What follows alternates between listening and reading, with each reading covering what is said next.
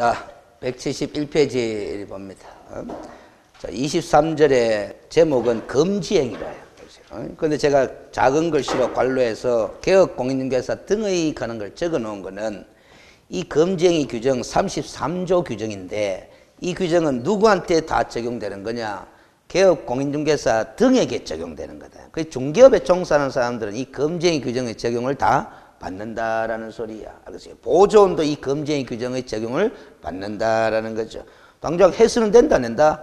안 된다라는 규정이에요. 알겠어요? 근데 밑에 표를 하나 만들어 놓은 거는 마지막에 정리를 하겠습니다. 알겠어요? 제재에 관한 표거든. 자, 뒷페이지 가봅니다. 1번에 금지행위의 의미, 법적 성격 해놨는데 첫 번째 줄에 보면은 알겠어요? 개업공인중개사 등의 무슨 사항을 제한적으로 열거해 놓은 거다. 부작위 의무사항, 하지 말아야 될 의무사항을 제한적으로 열거, 그걸 줄 것입니다. 알겠어요? 제한적으로 의무시다. 자, 그런데 알겠어요? 이 7가지를 열거해 놨어요. 7가지를. 그럼 7가지가 아닌 행위는 금지행위다, 아니다? 아니다라는 소리다. 알겠습니까? 자, 그런데 여러분들 이 표현에서 실수하면 안 돼요. 자, 금지행위가 아니다 하니까 해도 된다 이런 생각을 하거든. 알겠어요? 그렇게 생각하지 마시라라는 거야. 알겠어요? 5번째 줄에 주의할 것은 읽어봐봐요. 줄 걸 필요는 없어요. 금지행위에 해당하지 않는다 해가지고 할 수 있다라는 의미가 아니고 몇 조 규정 위반이 아니다. 33조 규정 위반이 아니다라는 식으로 제한적 의미로 해석을 해야 된다. 할 수 있다 이렇게 함부로 판단하지 마시라라는 겁니다. 알겠습니까? 그거는 이치잖아요. 우리 공인중개사법이 알겠어요. 1조부터 뭐다 51조까지 있는데 33조의 조문이 금지행위 이렇게 적혀져 있다 이 말이에요. 여기에 보면 뭐다 1번부터 7번까지 7가지를 열거해 놨어. 그러면 7가지가 아닌 행위는 금지행위가 아니잖아. 그렇죠? 그러면 7가지가 아닌 행위는 33조 규정 위반이 아니다라는 것 뿐이지 12조의 위반이 될 수는 있다 없다? 있다. 아니? 45조의 위반이 될 수는 있다 없다? 있다라는 겁니다. 결국 이 조문에 위반되면 하나 뭐 하나? 뭐 하는 거죠. 이 조문 위반이 아니라고 하더라도 다른 조문에 위반되면 한다 뭐 한다? 뭐 한다라는 이치 때문에 금지행위가 아니다. 걔가 무조건 하도 되네. 이런 식으로 생각하시면 안 된다라는 소리입니다. 알겠어요?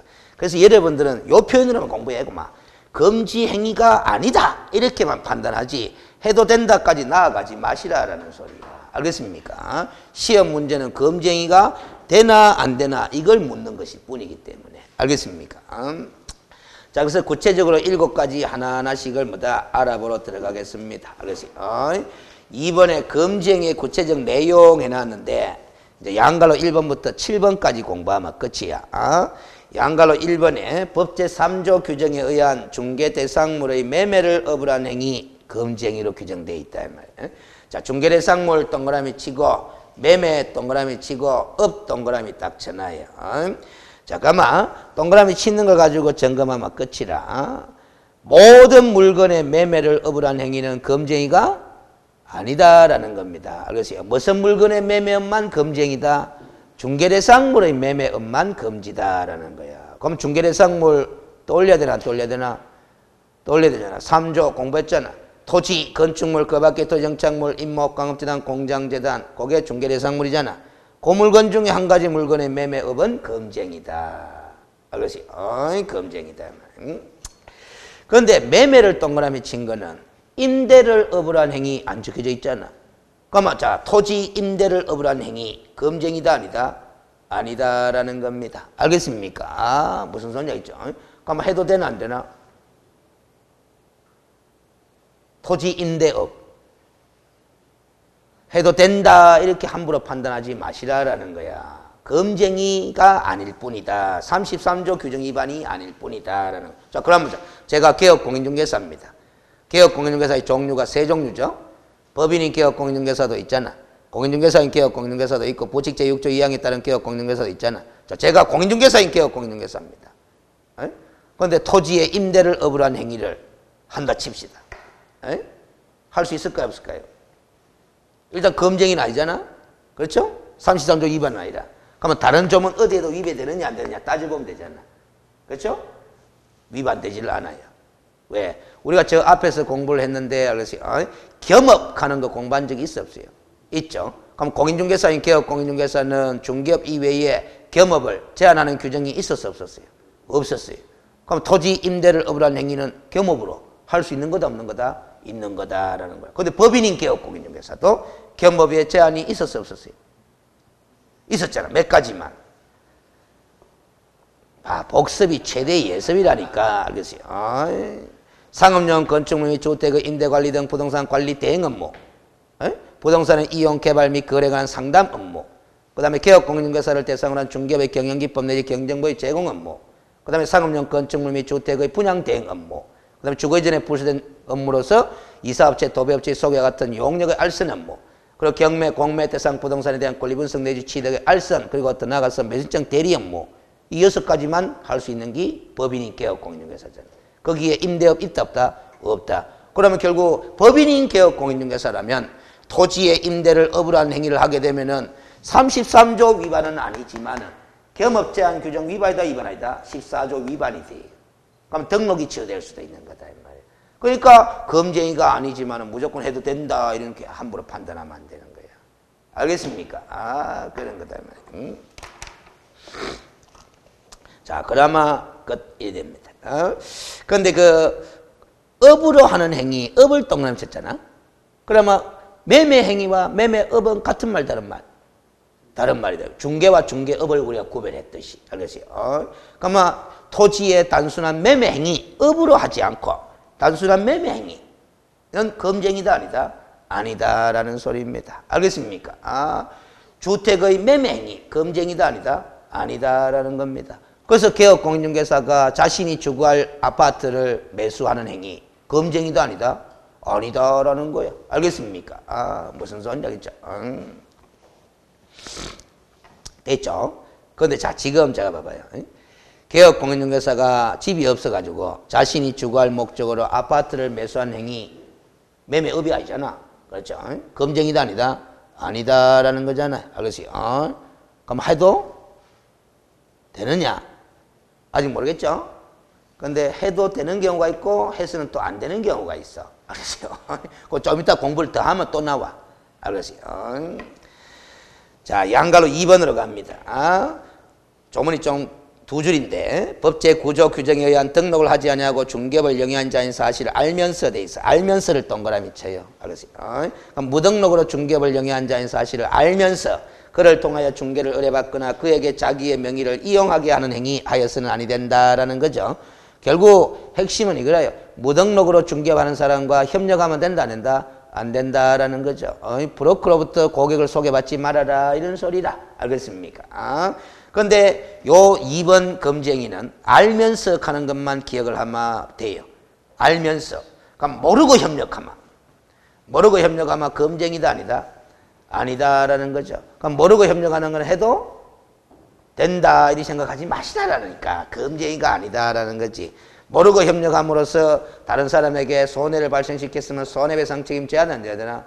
져야 되잖아. 그러니까 모르고 협력하는 것도 함부로 협력해서는 된다 안 된다? 안 되는 거예요. 알겠어요? 검증이가 아니다라는 거지. 알겠습니까? 알았느냐 몰랐느냐? 중요하다 중요하다? 중요하다. 원만 하면 돼.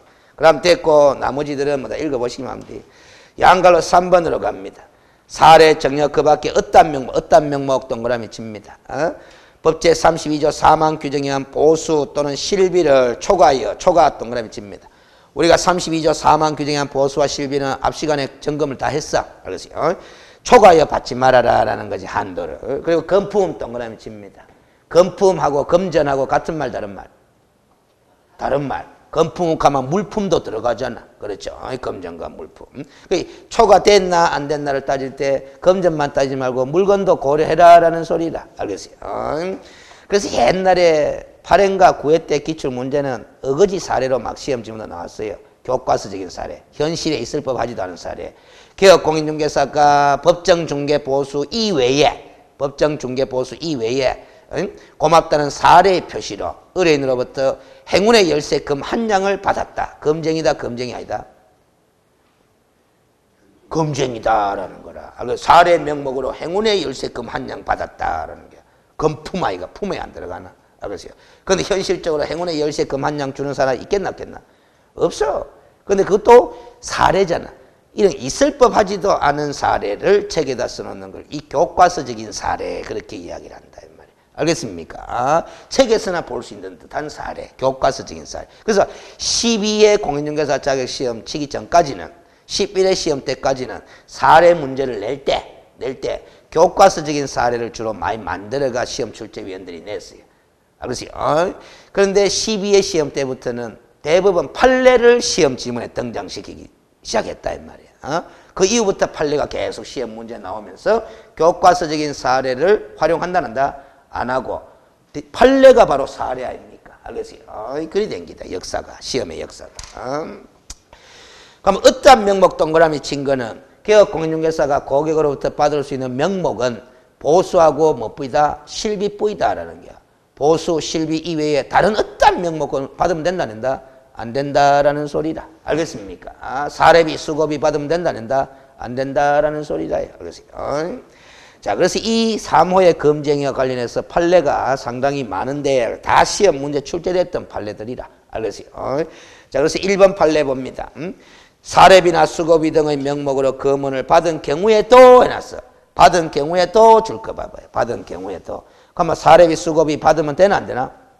안 되잖아. 근데 받은 경우에도 이 판례가 그 금액이 소정의 보수를 많은 때는 초과하는 때에 동그라미 칩니다.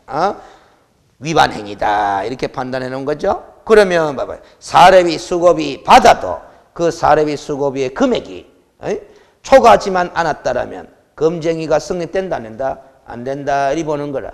이거는 좀 취지를 고려한 겁니다. 우리가 방금 사례비, 수고비 받으면 된다 했나 안 된다 했나? 안 된다 했는데 알겠어요?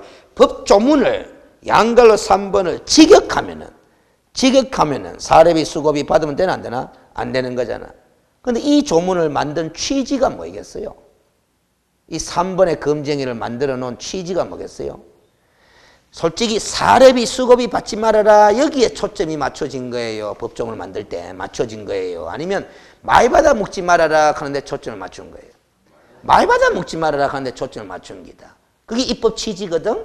그러면 입법 취지를 고려해서 의역을 하게 되면은 사례비, 수고비를 받았다 하더라도 그 금액이 법정 중개 보수를 초과하지만 않았다라면 굳이 검쟁이로 처벌할 필요 있다 없다? 없지 않느냐. 그런 의역에 해당하는 판례다 이 말이야.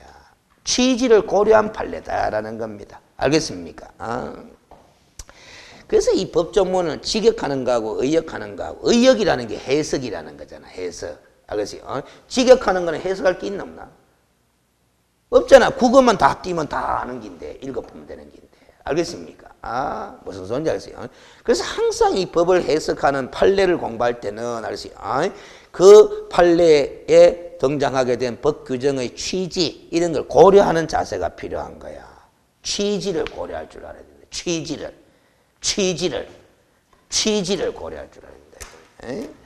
그래서 나중에 어차피 할 거니까 그걸 끄집어 드리면 여러분들이 제일 자신감 있게 이야기하는 거 이해도 못하면서도 무조건 경험치기 너무 확고해가지고 알고 있는 거 절대 안 까먹는 거 알겠어요? 주택임대차 계약을 체결한 임차인이 보호를 받기 위해서는 이사와 전입신고 하락한다 하지 말아간다? 하락한다 이 말이에요. 알겠어요? 거기다가 뭐까지 받으라 한다? 확정일자까지 받으라 한다 이 말이에요. 이거는 안 하고 이것만 받으면 헛일이에요. 이거 안 하고 이것만 받으면 헛일이야. 보호받으려고 하면 이 세 가지를 다 갖춰라 이 한다 이 말이에요. 알겠어요? 그런데 임차인이 뭐 해뿐마? 등기 해뿐마 이거 할 필요 있나 없나? 없잖아. 알겠어요? 임차인이 등기 해뿌리면 이거 할 필요 있나 없나? 없잖아. 그래도 보호받잖아. 그렇죠? 그런데 등기가 안 되니까 등기 대신에 뭐 해라? 이거 해라라는 거야. 알겠습니까? 그러면 이사와 전입신고가 등기의 효과가 좀 있는 기다 없는 기다? 있다라는 거예요. 알겠어요? 그걸 취지를 고려하는 거잖아. 그 등기의 취지, 이사 전입신고의 취지와 기본적으로 같은 의미가 있다 없다? 있다라는 걸 깨달는 거야. 그 여러분들이 등기 공시라 그러잖아. 공시 방법 중에 하나다라고 공부하잖아. 그렇죠. 등기가 공시잖아. 그러면 이사와 전입신고에도 해도 공시 효과가 있다 없다? 이사와 전입신고에도 공시 효과가 있더라 없더라? 있으니까 등기 대신에 이거 해라 하는 거야.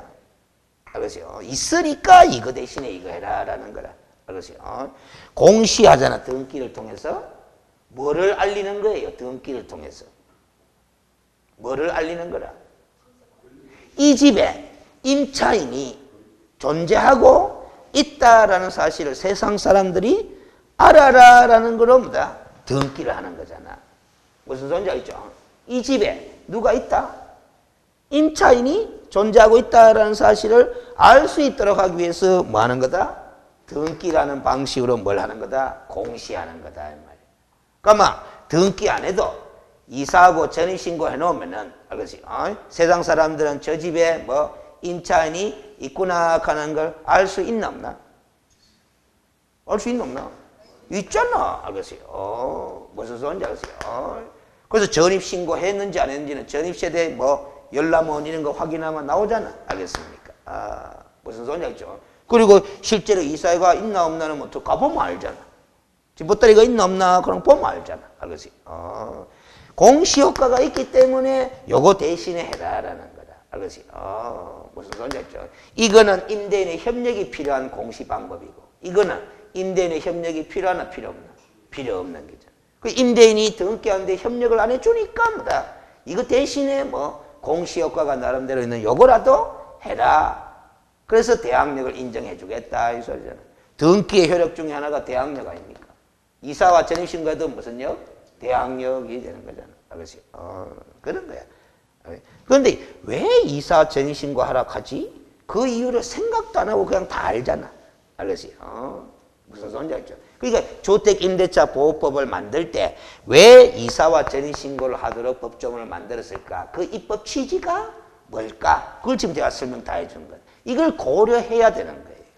알겠어요? 그러면 이제 대항력과 관련된 이사와 전입신고 관련된 판례 사례들을 공부하는데 상당히 도움이 돼. 알겠어요? 판례를 공부하는 데 도움이 돼. 알겠어요? 자, 전입신고 똑바로 해야 되나? 엉터리로 해야 되나? 똑바로 해야 공시효과가 제대로 나타나는 거 아닙니까? 그렇죠?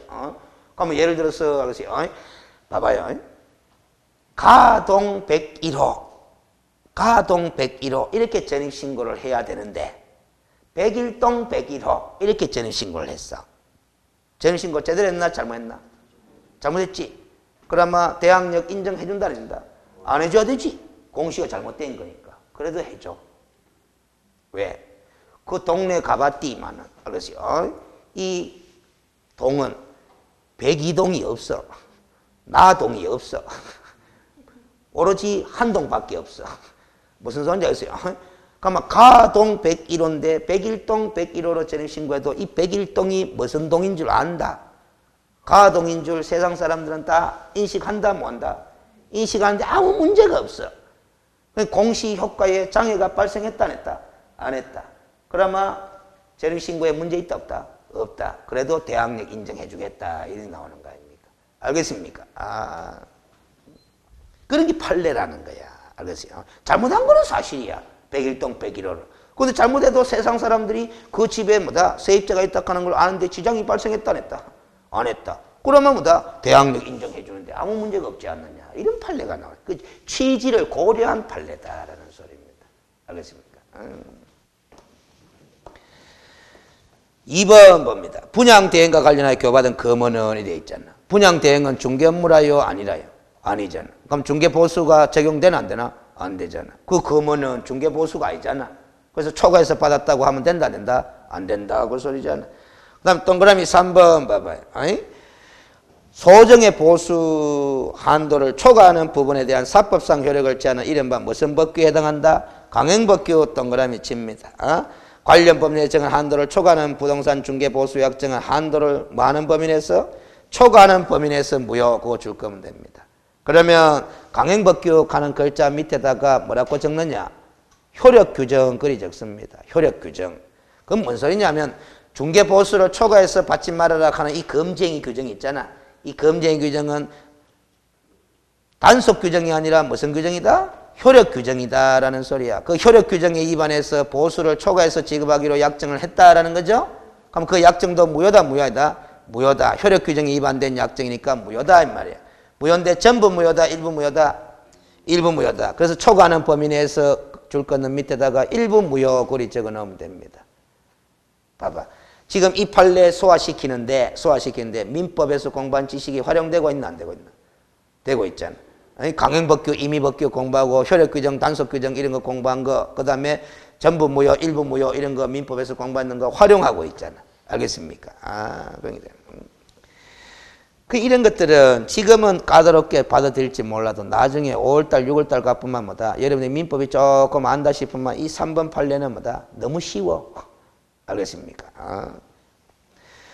동그라미 3번 보는데 동그라미 3번 번호 왼쪽에다가 적습니다. 알겠어요? 기획부동산 고리 적습니다. 이 사건은 기획부동산 사건이야. 동그라미 4번 번호 옆에다가. 알겠어요? 자, 이 문장을 기획부동산이라고 생각을 안 하고 그냥 읽으면 뭔 소린지 알겠어요? 이해가 잘 안 가요. 알겠어요? 자, 버득 읽을게요. 개업공인중개사가 자신의 비용으로 과수원인 토지를 택지로 조성하여 분할한 다음 토지 중 일부를 개업공인중개사가 임의로 정한 매매대금으로 타인에게 매도하되 토지 소유자인 A에게는 그 매매대금의 금액에 관계없이 확정적인 금원을 지급하기로 하고 그로 인한 손해와 이익이 발생한 부분이 있다면 개업공인중개사가 부담하기로 하는 약정, 이런 약정은 개업공인중개사와 토지 소유자 A 사이에 이루어진 약정인데 이런 약정은 내용상 위임 및 도급의 복합적 성격을 가지는 약정이라고 봐야 되기 때문에 중개계약을 체결했다고 볼 수는 없다. 따라서 계속 읽겠습니다. 개업공인중개사가 행한 위 각 행위는 개업공인중개사가 이 사건 약정에 따라 이 사건의 토지를 분할하고 택지로 조성하여 그중 일부를 타인에게 매도하면서 어느 정도의 위험 부담과 함께 이득을 취득하는 일련의 행위로서 이런 행위는 중개행위에 해당한다, 해당하지 않는다? 해당하지 않는다. 중개행위에 해당하지 않는다. 고 줄 거나요? 따라서 이 행위와 관련하여 개업공인중개사가 취득한 금원이 있다라면 그 금원은 중개보수다 아니다? 아니다. 그래서 그 금원이 얼마가 되든지 간에 법정 중개보수를 초과해서 받았다라고 하면 된다, 안 된다? 안 된다라는 판례다. 알겠습니까? 그 지금 어떤 사건인지 자 봐봐요. 개업공인중개사와 토지 소유자 사이에 약정을 했다라는 거잖아. 그 어떤 약정을 했는 겁니까? 내용을 읽어보면은 이런 식이잖아요. 토지 소유자한테 확정적인 금액을 뭐다 지급하기로 뭐 약정을 한 거야. 그 예를 들면은 토지 소유자가 10만 평의 땅을 갖고 있는데 이 10만 평의 땅이 현재 시세를 조사해 보니까 10억이야. 그런데 6개월 뒤에 토지 소유자 A 당신에게 15억을 뭐다 지급하기로 하겠습니다. 그 대신에 이 토지 10만 평에 대한 모든 권한의 위임을 본 개업공인중개사한테 해달라라는 거라. 그래서 그런 약정을 개업공인중개사 토지 소유자 사이에 한 거예요. 알겠어요? 그러면 이제 그 약정에 따라서 개업공인중개사가 모든 권한의 위임을 받아가지고 그 10만 평의 땅을 택지로 조성해가지고 분할해가지고 전국에 분양 판매 해먹는다, 안 해먹는다? 해먹는다. 그러면 분양 판매하는데 판매 대금이 12억이 들어왔을 수도 있다, 없다? 있다. 그러면 개업공인중개사는 매덕 손해고 3억 손해잖아. 15억을 6개월 뒤에 지급하기로 약정을 했으니까.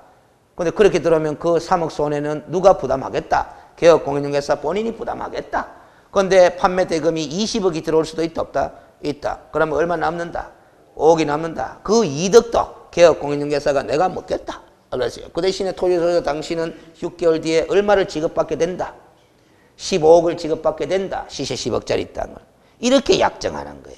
토지소유자와 개업공인 사이에. 알겠습니까? 이런 약정을 땅 팔아달라고 중개 의뢰한 사건이가? 아니잖아. 그러니까 개업공인중개사와 토지소유자 사이에 행한 이 약정은 중개 의뢰 계약이라고 볼 수가 없어. 알겠어요? 위임과 도급의 복합적 성격을 지니는 계약이다. 이렇게 보는 거예요. 그래서 이 약정에 따라서 개업공인중개사가 이제 뭐 위임을 받아서 택지로 조성해가 분할해가 판매하는 행위를 할 거 아닙니까? 이 행위가 중개행위다 아니다? 아니다라는 겁니다. 중개를 받은 사실도 없는데 뭔 중개행위야? 알겠어요? 그냥 토지 뭐 판매 행위지. 알겠습니까? 그래서 근데 분양 판매를 했더니 20억이 들어왔어. 그러면 얼마 남았다? 5억 남았다. 그 약정에 따라서 5억은 누가 가져간다? 개업공인중개사가 가져간다. 알겠어요? 그 5억이 중개보수입니까? 아닙니까? 아니지 뭐. 그래서 그 금액이 많다. 걔가 법정중개보수 초과해서 받았다. 금쟁이가 성립된다. 판단하면 된다 안 된다? 안 된다 하는 그 판례라. 그럼 기획부동산 이 업자는 금쟁이 규정 위반한 사실이 있다 없다? 없다라는 겁니다. 그런데 돈을 얼마 벌었다? 5억 벌었다. 불법이 있다 없다? 없다라는 소리입니다. 알겠습니까? 그런데도 우리가 기획부동산 업자들에 대한 시각이 안 좋잖아? 안 좋은 이유가 봐봐요. 그 시세 10억짜리 나가는 땅을 갖다가 어떻게 해서 20억에 팔아먹을까? 그렇잖아. 그 판매하는 과정에 뭐가 개입됐을 수 있다? 사기, 기망 이런 게. 그게 이제 별도의 범죄가 성립될 여지가 있어 비는 거야. 알겠습니까? 그 사기죄가 성립될 수도 있는 거지. 알겠습니까? 근데 그건 공인중개사법 위반이 아니다라는 거지. 형법 위반이 되든지. 알겠습니까? 그런데 기획부동산업자들이 다 베테랑인데, 알겠어요? 법에 위반돼 가지고 사기죄가 성립될 정도로 뭐 영업을 한다 한다? 안 하는 거지. 교묘하게 빠져나가는 방식으로 영업을 전개하는 거죠. 알겠습니까? 그래서 제가 이 경우에 가장 많이 써먹는 사례가 이잖아요. 알겠어요? 지금 평창 올림픽이 끝났지만은 알겠어요? 몇 차례 미끄러졌잖아. 유치하기 위해서. 그렇죠? 10몇 년 됐잖아. 유치할 때. 알겠어요? 그런데 과거에 봐봐요.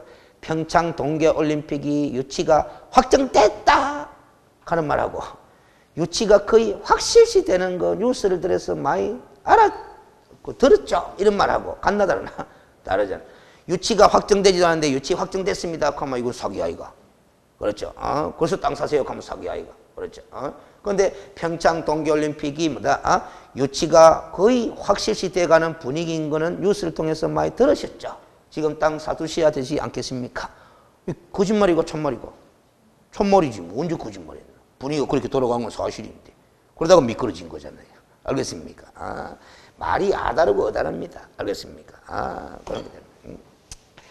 자, 그 다음 꾸라지 가는 거 알죠? 법꾸라지. 그렇죠?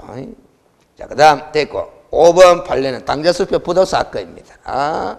자, 근데 이것도 제 설명을 듣고 버뜩 읽어보면 쉬워요. 알겠어요? 자, 당자수표는 액면 금액이 적혀져 있어? 안 적혀져 있어요? 적혀져 있죠. 그 액면 금액이 적혀진 금액을 보니까 법정 중개바수 한도를 갖다가 초과한 금액이 적혀져 있어. 그 당자수표를 딱 받았어. 그러면 위반입니까? 위반 아닙니까? 위반이잖아. 법정 중개보수 한도를 초과하는 금액이 적혀져 있는 당자수표를 딱 겨우 받았어. 그러면 그 법정 중개보 초과해서 받은 거 아닙니까? 검증이 성립됐다 안 됐다? 됐어. 좋다 하는데 뭐다? 당자수표가 부도처리 됐어. 그 받았는 당자수표가 부도처리 됐어. 챙긴 돈 있나 없나? 없어. 그래도 검증이다 검증이 아니다? 검증이다라는 소리입니다. 언제 이 검증이가 성립됐기 때문에 교받는 순간 검증이가 성립되었다라는 겁니다. 알겠습니까? 그래서 버뜩 읽어봅니다. 개업권자 등이 의뢰인으로부터 보수 등의 명목으로 소정 한도를 초과하는 액면 금액의 당자수표를 교받는 경우에는 그 취득 당시 보충할 수 있는 수표 요건이 연결되어 있는 이른바 불완전 수표와 같이 그 당자수표 자체 이를 무효로 하는 사유의 거래가 있는 등의 특별한 사정이 없는 한 그 당자수표를 교부받는 단계에서 교받는 단계에 동그라미 치고 곧바로 검증이에 뭐가 되는 것이고 기수 검증이 기수 동그라미 치면 됩니다. 받는 순간 검증이가 성립돼 본 거예요.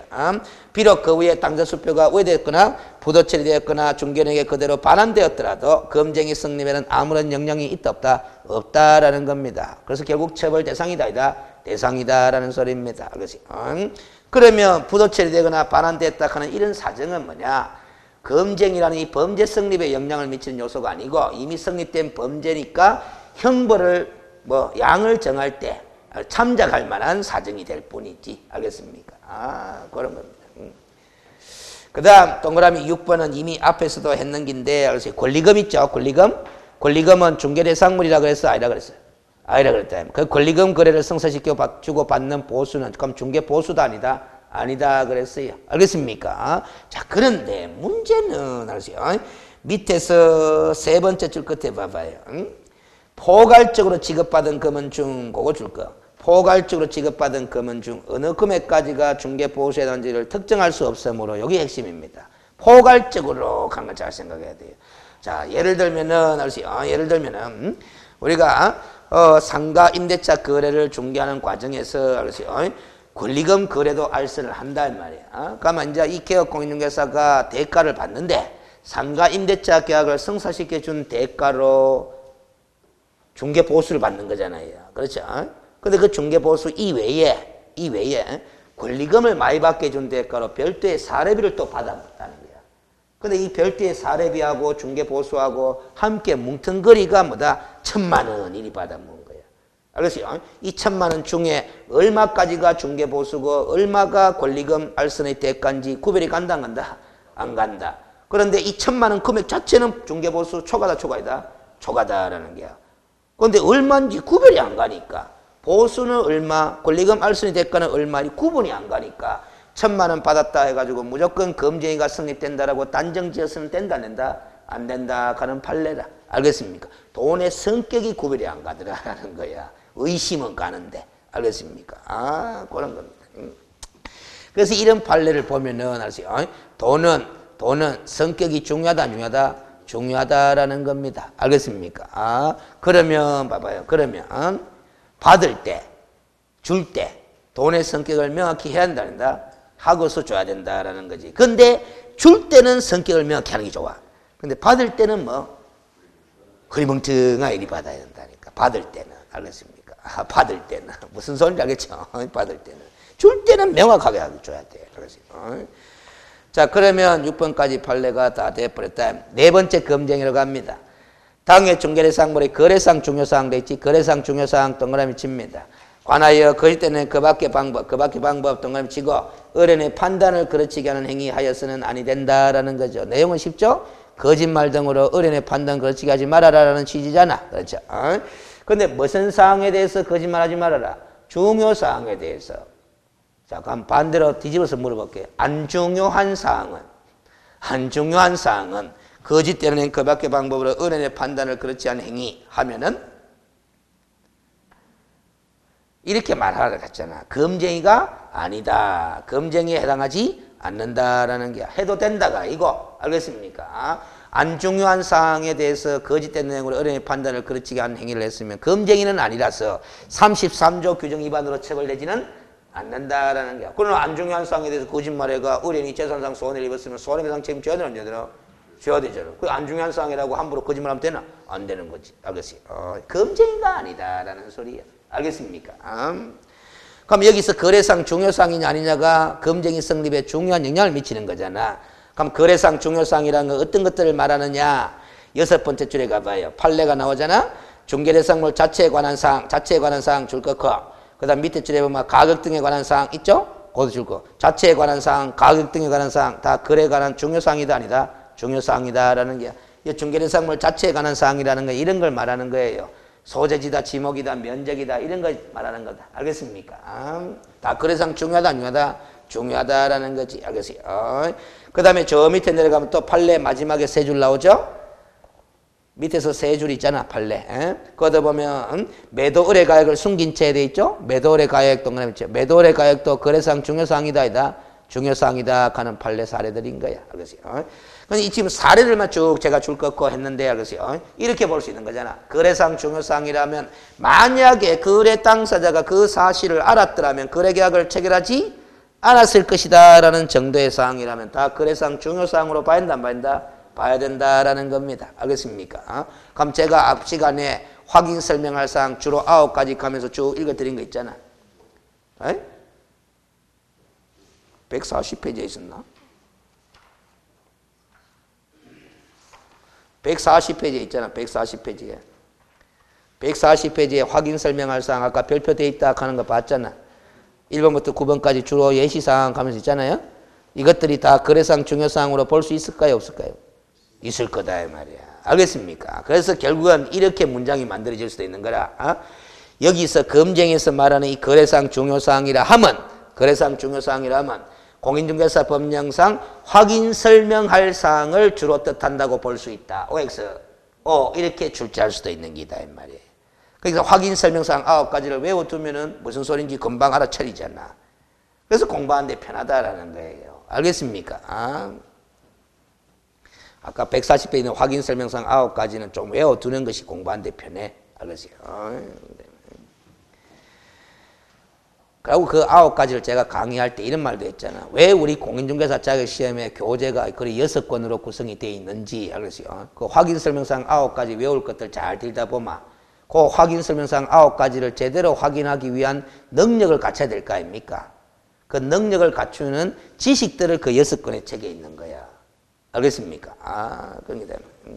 봐봐. 중개대상물이 토지일 때 면적이 확인해가 설명돼야 되나 안 돼야 되나? 돼야 되는데 토지의 면적을 확인하려고 하니까 대장 발급 받아야 되나 안 받아야 되나? 받아야 되는데 토지 대장 볼 줄 알아야 되나 몰라야 되나? 알아야 되잖아. 그래서 무슨 과목 공부하노?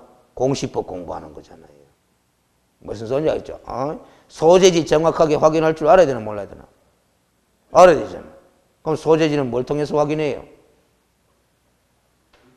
소재지. 지적도와 대장을 통해서 확인하는 거잖아. 알겠어요? 지적도와 대장. 토지의 소재지, 지적도와 뭐 대장을 통해서 확인하는 거잖아. 그럼 지적도 볼 줄 알아야 되나 몰라야 되나? 알아야 되고 대장을 볼 줄 알아야 되나 몰라야 되나? 그래서 공시법 공부하는 거잖아요. 무슨 소리인지 알지? 그 공시법에 지적도 그린 거고 공부하는 거잖아. 알겠어요? 무슨 소리인지 알지? 우리가 이 공시제도상 공시장부를 만들어요. 장부. 그래서 그걸 지적공부라 그러잖아. 그렇죠? 지적공부를 통해서 이 중개대상물인 부동산에 관한 여러 가지 사실관계에 관한 사항을 주로 공시하는 장부로 활용하는 거잖아. 알겠어요? 자, 그 다음 됐고, 양갈로 5번, 5번째 검증이 관계법령에서 양도 알선이 금지된 동그라미 칩니다. 부동산의 분양, 임대 등은 정서 등 동그라미 치고, 매매, 교환 등을 중개하거나 중개 동그라미 치고, 매매를 한꺼번에 동그라미 칩니다. 하는 행위 하여서는 아니 된다라는 거야. 그럼 거꾸로 갑니다. 매매업을 하지 말아라라는 거죠. 중개도 하지 말아라라는 거야. 매매업도 하지 말고 중개도 하지 말아라는 거야. 뭐는? 정서는. 알겠어요? 정서는. 그 정서가 어떤 정서냐? 금지된 정서다라는 거야. 관계법령에서 양도 알선이 뭐된 정서다? 금지된 정서다라는 거야. 자, 지금 또 여러분들이 머릿속에 뭔 생각을 하고 있는지 알겠어요? 정서가 어떤 게인지 그게 궁금한 게 지금 어떤 정서들 종류들 자꾸 궁금한 거야. 그건 조금 있다가 알겠어요? 어찌됐든 이 정서가 양도 알선이 금지돼 있다 안 돼 있다? 금지돼 있다라는 겁니다. 알겠어요? 그 금지된 정서를 갖다가 중개하지 말아라라는 거야. 정서를 또 매매업도 하지 말아라는 거야. 가장 대표적인 정서 하나만 소개할게요. 그러면 입주자 저축 정서 있나 없나? 주택 청약 정축 정서 있나 없나? 있잖아. 그 정서 양도 알선이 가능 불가능? 불가능이잖아. 왜 불가능이에요? 왜 금지래요? 그렇지. 그렇게 이야기하시면 되는 거야. 관계법령에서 금지시켜 놨다 이 말이에요. 알겠어요? 아니 세상에 불가능한 게 어디 있어? 다 하면 되지. 알겠어요? 그런데 법으로 뭐 해놨다? 금지시켜 놨다라는 거예요. 그러면 법으로 금지된 그 주택청약 저축 정서를 갖다가 거래를 하잖아? 현실에서 거래하잖아? 그거 불법이다 불법이다? 불법이지 뭐. 그 불법적인 거래를 중개하지 말고 매매업도 하지 말아라라는 거야. 알겠습니까? 근데 다 하더라 안 하더라? 하더라라는 거야. 알겠어요? 처벌을 감수하겠지 뭐. 알겠어요? 그거 안 들킬 자신 있으니까 하겠지 뭐. 그리 생각하시라는 거야. 알겠습니까? 그래서 지금 175페이지에 보충학습 해가지고 주택법시 65조를 참고하라고 좀 소개해 놨잖아요. 이거는 이 과목에서는 안 물어봅니다.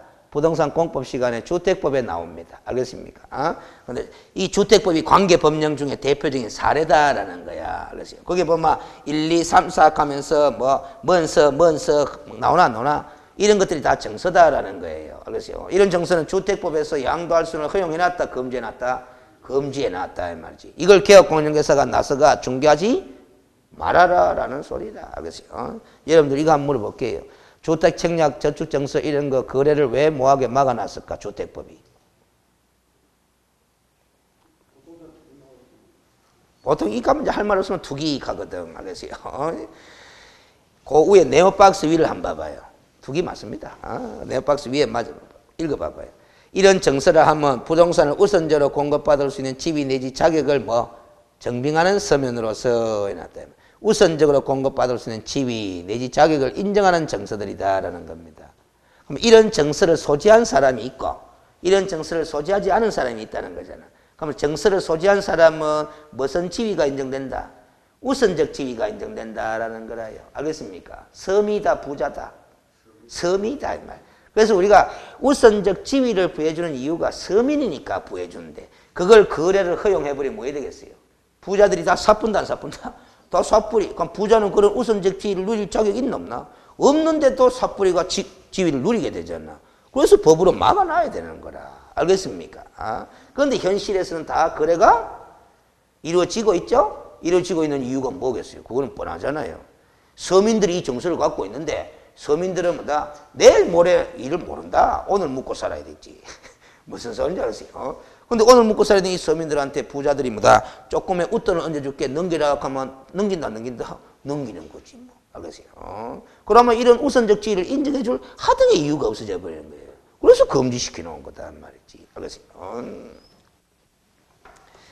이런 것들이 영화로 많이 나오잖아. 알겠어요? 영화로. 알겠어요? 조폭들 동원해가 뭐다 넘기 이래가 알겠어요? 도장 찍게 만들고 막 그래 하잖아. 알겠습니까? 그거 다 불법입니다. 알겠어요? 근데 불법인데 그걸 갖다가 다 뭐다? 겉으로 드러내지 못하는 이유가 뭐예요? 영화 보면 뻔하잖아. 알겠어요? 막 죽는데 뭐. 알겠습니까? 돈이 문제가 아니고 우선적 지위가 문제가 아니고 뭐다? 이걸 겉으로 막 공개시켜 버리면 뭐다? 막 죽는데 뭐 언제 사라질지도 모르는데 겁이 나서 그렇게 되겠나 이 말이지. 알겠어요? 그러면 자, 그러면 됐죠?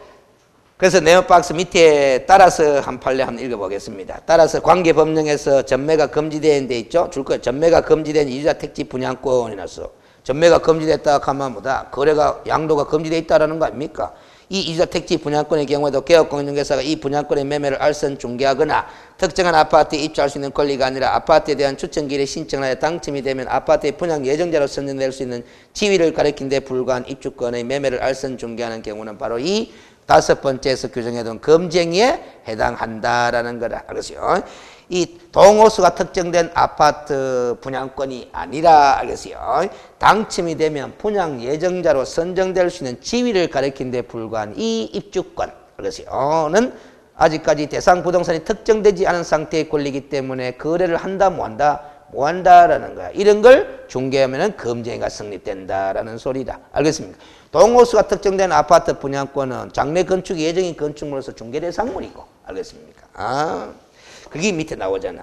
그러나 아파트 특정 동호수에 대한 피분양으로 선정되거나 분양계약이 체결된 후에 특정 아파트에 대한 매매를 중개하는 행위 등은 중개대상물인 건물을 중개한 것으로 볼 것이지. 그래서요.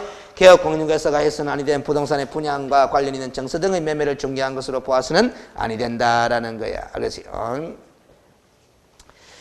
자, 그 다음에 알겠어요? 또 판례가 계속 이어지죠. 왜냐하면 이났습니다. 계속 읽어보겠습니다. 양도 알선을 금지하고 있는 정서회가 관련해 여러 가지 사례들을 주는데 제가 이른바 딱지라고 소개해놨죠. 딱지가 바로 이 관계법령에서 양도 알선이 된 정서들을 우리 실무에서 딱지라고 많이 부른다. 매매 규제와 분양권의 매매 규제는 부동산 투기업체라는 그 규제의 필요성 면에서 차이가 없다고 할 수 있으나 형벌 법규, 특히 어떤 행정 목적을 달성하기 위해 규제하고 그 행정 목적의 실현을 담보하기 위해서 그 위반하는 행위를 처벌하는 행정 형벌 법규의 경우에는 법문에 무슨 해석이 요구된다?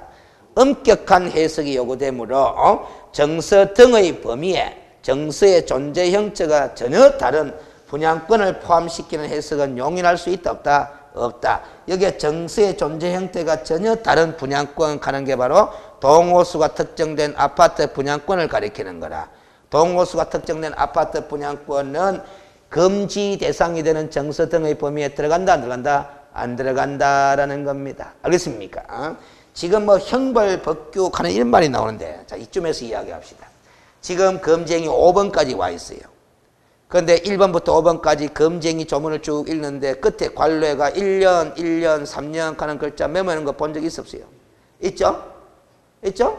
그게 지금 금지행위 7가지가 전부 다 형사처벌의 대상이 되는 범죄행위라는 소리야. 그 1번부터 4번까지는 끝에 1년이라고 돼 있고 5번부터 7번까지는 끝에 3년이라고 제가 메모 표시를 해놓은 거는 1번부터 4번까지는 1년 이하 징역 또는 1천만 원 이하의 벌금형에 해당하는 금지행위고 5, 6, 7번은 3년 이하 징역 또는 3천만 원 이하의 벌금형에 해당하는 금지행위다라는 거예요. 알겠습니까? 그러면 이 금지 행위를 저질렀다 하는 말은 형벌의 대상이 되는 위반을 저질렀다라는 거잖아. 결국 범죄 행위를 저질렀다라는 거야. 범죄 행위가 성립되나 안 되나를 지금 따지는 것이 바로 금지 행위가 성립되나 안 되나를 따지는 거가 된다 이 말이야. 금지 행위가 성립되면 범죄가 성립되는 거고, 그 금지 행위가 성립되지 않으면 범죄가 성립되지 않는 거고, 이런 거다 이 말이야. 그러니까 범죄가 성립되나 안 되나를 따질 때는 법조문의 문장을 엄격하게 해석을 해야 된다라는 겁니다. 알겠습니까? 그래서 우리가 금쟁이 조문에 정서 등의 매매 교환 등을 중개하지 말아라 하는데, 이 정서 등을 해석할 때 알겠어요? 무조건 종이로 되어 있는 정서라고 다 포함시켜서는 된다 안 된다? 안 된다라는 겁니다. 알겠습니까? 그래서 동호수가 특정된 아파트 분양계약서, 이게 분양권이잖아. 이 분양계약서를 금지 대상이 되는 정서에 포함시키는 해석은 받아들일 수 있다 없다? 없다. 용인할 수 없다. 이렇게 정입니다. 무슨 소리인지 알겠어요? 범죄냐 아니냐를 해석할 때는 엄격하게 해석해야 돼. 알겠어요? 엄격하게. 무슨 소리인지 알죠? 그래서 엄격하게 해석하다 보니까 이런 말이 나오는 거야. 의심은 가는데 확실한 물증이 없어가 무죄로 풀려주는 경우들이 많다라는 겁니다. 알겠습니까? 엄격한 해석이 필요하기 때문에. 그래서 그런 걸 잘 따져가지고 법망을 삭피해가는 게 법꾸라지 하잖아. 무슨 소리인지 알겠어요? 그 다음 6번째 금쟁이 다 끝나고 쉽니다. 의뢰인과 직접 거래를 하거나 하는데, 의뢰인 동그라미 치고 직접 거래 동그라미 치고 쌍방을 대리 동그라미 칩니다. 자, 그러면 직접 거래 동그라미 치는 위에다가 적습니다. 모든 거래의 고리 적어놔요. 그러면 의뢰인과는 어떤 형태의 거래도 하면 된다 안 된다? 안 된다. 매매 거래뿐만 아니라 임대차 거래도 의뢰인과는 해서는 된다 안 된다? 안 된다라는 거죠. 자, 그러면 반대로 해서 가면 의뢰인이 아닌 자와는 직접 거래도 된다가 아니고 금쟁이가 아니다라는 소리지. 알겠습니까? 자, 그러면은 여기서 아까 1번에 이런 게 있었죠. 중개 대상물의 매매를 업으로 하는 행위는 금쟁이였잖아. 근데 매매업이 아니고 단순한 매매 행위면은 금쟁이다 아니다? 아니다. 그래서 개업공인중개사가 자신이 주거할 목적으로 주택을 매수하는 행위. 매매업이다, 매매다. 매매잖아. 그럼 금쟁이다 아니다? 아니다라는 거죠. 허용되느냐? 될 수도 있고 안 될 수도 있어요. 자, 봐봐요. 6번에는 의뢰인과 뭐 하지 말아라. 직접 거래하지 말아라. 이렇게 있잖아. 이 거래가 매매일 수도 있고 임대차 거래일 수도 있다라는 거죠. 자, 그럼 봐봐요. 개업공인중개사가 자신이 주거할 목적으로 주택을 매수해. 매수하면 매매한 거 맞죠? 매매한 거 맞는데 매도 의뢰받은 주택을 지가 매수를 해버렸어. 개업공인 사무실에 매도 의뢰받은 주택을 자기가 직접 매수하면 누구와 직접 거래한 거고? 의뢰인과 직접 거래한 거예요. 금쟁이가 되는 거예요. 아무리 자기가 주거할 목적으로 주택을 매수하더라도 매도 의뢰받은 주택을 매수하면은 6번의 금쟁이가 되는 거야. 1번의 금쟁이는 아니라도. 알겠습니까? 무슨 말이죠? 그러면 여러분들이 개업공인중개사 됐을 때 주택을 매도 의뢰를 접수받았어. 근데 내가 사고 싶어. 본인이 사고 싶어. 산다 못 산다? 못 산다. 꼭 사고 싶어. 왜 하면 돼? 자, 한 가지 방법이 나왔어. 그렇지. 집사람 앞으로 사면 되지. 그러면 매수인이 집사람이니까 개업공인중개사가 매매한 거 아니잖아. 그렇죠. 그 방법 한 가지. 또 한 가지 있어. 다른 개업공인중개사의 알선을 통해서 매수하면 되는 거야. 내가 매도 의뢰받은 걸로 하지 말고 다른 개업공인중개사가 매도 의뢰받은 집으로 해두자라는 거야. 알겠습니까? 그럼 다른 개업공인중개사가 매도 의뢰받았으니까 제가 매수인이잖아. 저한테 알선할 거 아닙니까? 그렇죠? 그럼 제가 매수하면 저는 제가 의뢰받은 물건을 산 게 아니잖아. 다른 개업공인중개사가 매도 의뢰받은 물건을 매수를 한 거니까 의뢰인과 직접 거래가 아니다라는 소리입니다. 알겠습니까? 무슨 얘기지? 근데 후자의 방법이 더 좋습니다. 전자의 방법, 집사람 이름으로 사면 되지 하는 방법은 위험수가 좀 있습니다. 알겠어요? 의뢰인과 직접 거래는 아니에요. 또 매매업도 아니에요. 집사람 이름으로 사면. 이것도 아니고 이것도 아니니까 금쟁이는 아니죠? 아닌데 대한민국에는 부동산 실권리자 명의 등기에 관한 법률이 있어. 소위 줄여서 부동산 실명법 하는 법이 있다. 내 집, 내 부동산인데 타인 명의로 등기하면 된다, 안 된다? 안 된다라는 그게 명의신탁이라는 거거든. 불법이. 그 와이프도 타인 아이가. 맞죠? 그 남편이 돈을 3억을 와이프한테 줘가 와이프 네 이름으로 집 사놔라 하는 거잖아. 알겠습니까? 이거 계약 명의신탁입니다. 불법입니다. 알겠어요? 그러니까 실명법 위반으로 처벌 대상이 될 수 있어. 남편도 세고랑 와이프도 세고랑. 왜냐하면 실명법은 신탁자도 처벌, 수탁자도 처벌, 양쪽 다 처벌하게 돼 있거든. 처벌도 상당히 강해요. 명의신탁자는 5년 이하의 징역 또는 2억 원 이하의 벌금형이야. 수탁자, 이름 빌려준 와이프는 3년 이하의 징역 또는 1억 원 이하의 벌금형으로 형사처벌됩니다. 알겠어요? 근데 그리 많이 하던데 하면서 또 큰다 이 말 지금 표정이. 그래서 공부를 하면은 또 이해가 가. 나중에 민법 시간에도 하겠지만은 명의신탁에 대해서는 이 와이프 명의로 등기하는 경우는 배우자 명의로 물건 등기하는 경우도 명의신탁 맞습니다. 원칙은 불법이야. 그런데 실명법에 특례가 있어. 특례 규정이 있어가지고 처벌 안 하는 경우가 있다. 허용해 주는 경우가 있다. 그 허용해 주기 위해서는 어떤 요건을 갖춰야 되느냐? 탈세 목적이 없어야 돼. 강제집행 면탈 목적이 없어야 돼. 그 다음에 다른 관계법령을 위반할 목적이 없어야 돼. 알겠어요? 어찌됐든 그런 부정한 목적이 없는 상황에서 와이프 명의로 등기를 하게 되면은 봐줘요. 그거는 관계없어. 그런데 현실적으로 와이프 이름으로 부동산 등기를 해주는 사례들 보면은 탈세 목적이 주로 많다 안 많다? 많잖아. 조사하면 다 나와. 알겠어요? 그 조사를 안 해서 그냥 넘어가는 거지. 알겠습니까? 또 남편이 부도났으면 봐봐요. 와이프 이름으로 집 돌려놓고 그러기도 하잖아. 그 강제집행 면탈 목적이잖아. 그 부정한 목적이거든. 조사하면 다 나와. 조사를 안 해서 그렇지. 알겠어요? 조심하셔야 된다. 이 말이에요. 알겠어요?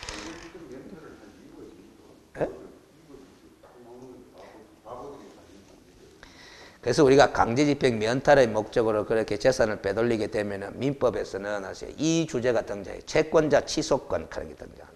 사행이 취소할 수 있습니다. 알겠습니까? 그래서 원이치로 돌리가 다시 강제집행 들어갈 수가 있다. 그러니까 봐봐. 우리가 이 지식이라는 게 법 지식이라고 하는 게 이것저것 다 골고루 많이 공부해가 종합할 수 있어야 돼요. 알겠어요? 그러니까 우리가 꼭 이 공부를 덜 한 사람이 무슨 소리 듣느냐 하면은 공부를 덜 한 사람이 공부 많이 한 사람하고 대화를 하다 보면은 지식의 범위가 차이가 나잖아. 그럼 공부 덜 한 사람이 꼭 어떤 소리 듣느냐 하면 니는 어찌 하나만 알고 둘은 모르나 된단 말이에요.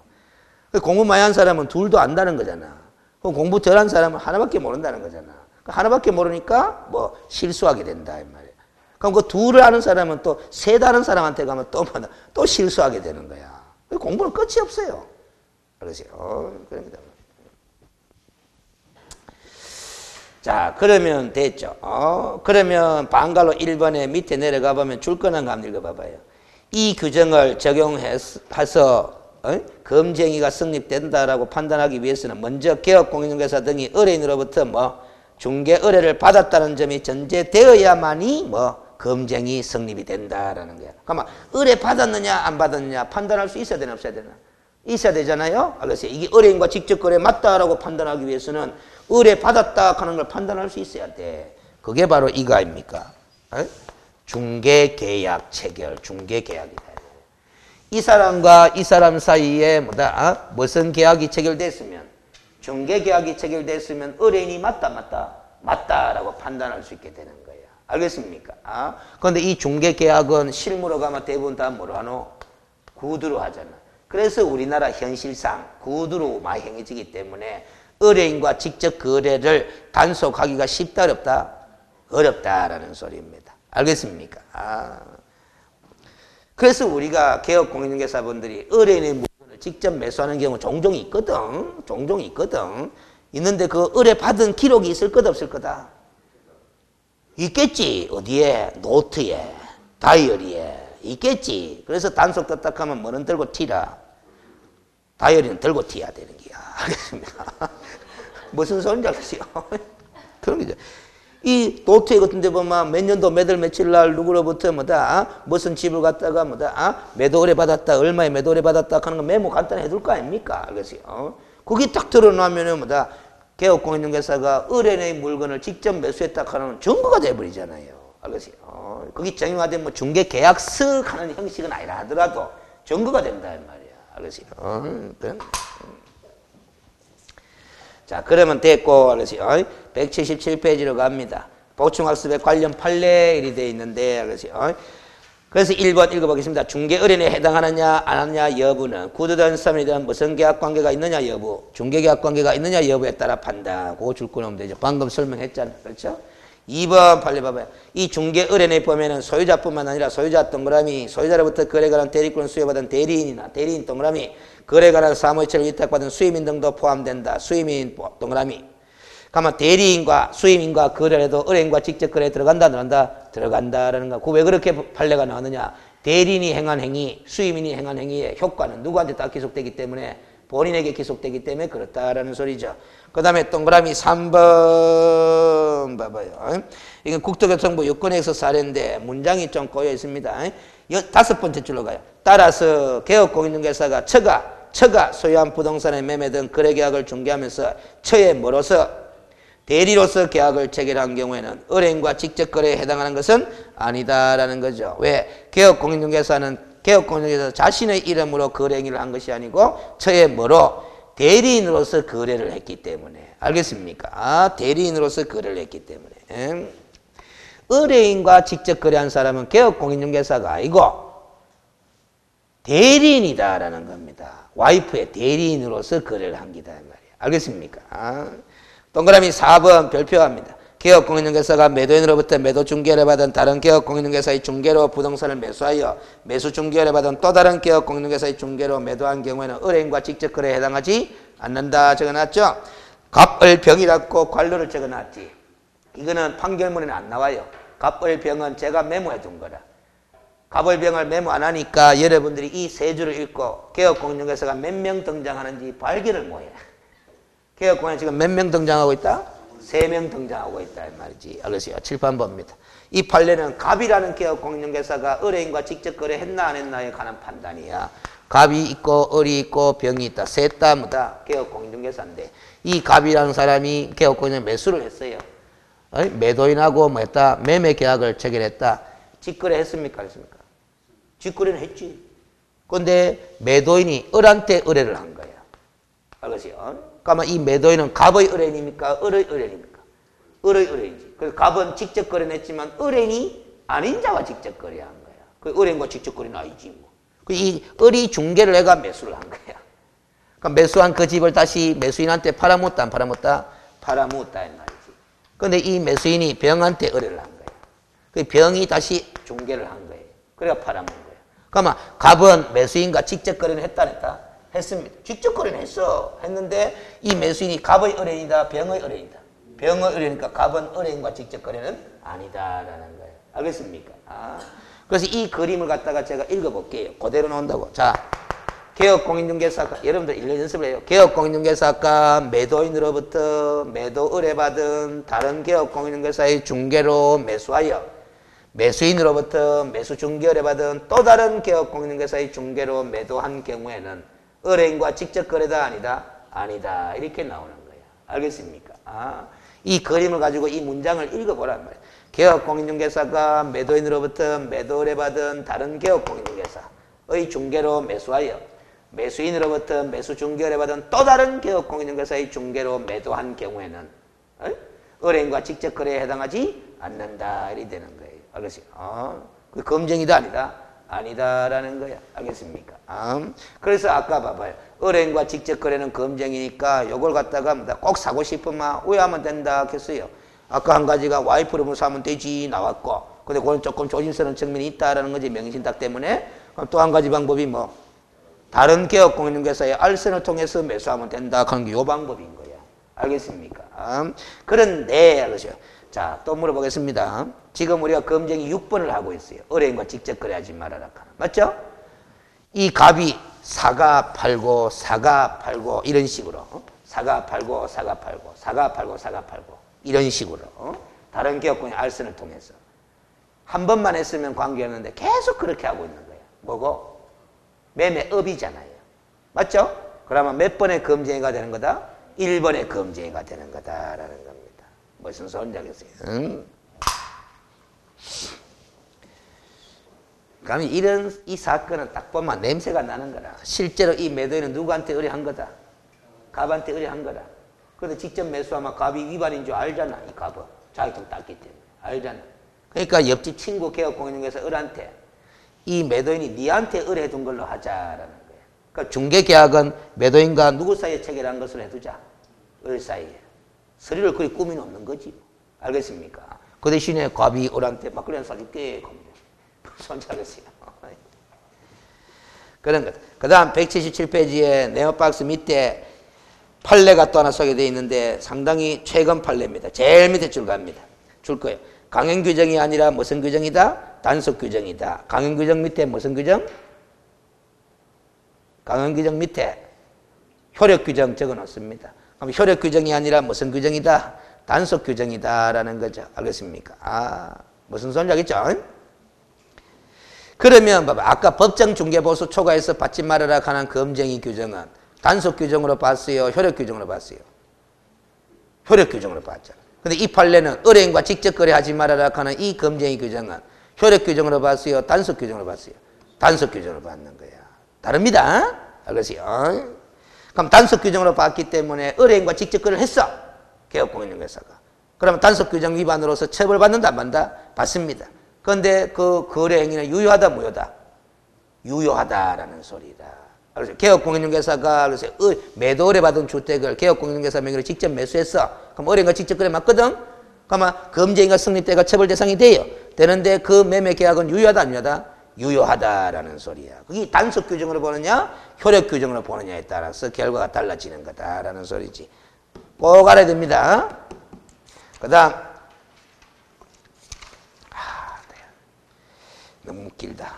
좀 쉬었다 합시다. 알겠어요?